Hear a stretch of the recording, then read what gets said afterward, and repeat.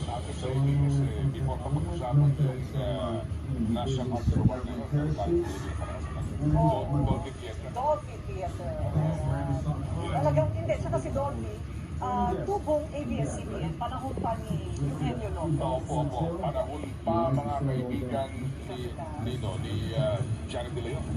Johnny De Leon. Bakit Johnny De Leon? Oo, kasi original yan eh. So talagang siya talagang poste dito sa ABS-CBN. Wala ho sigurong ABS-CBN din kung wala po si Dolby. Dolby. Kaya keep on fighting and let's hope and pray for the best. At syempre life is short, kaya let's be happy. Yes. At yan po mga balitang nakalap sa ating parawak. Ano ka magpapakamati this weekend? Well, Diretso, hindi ka pa sumasagot. pag-isip ng kumulo.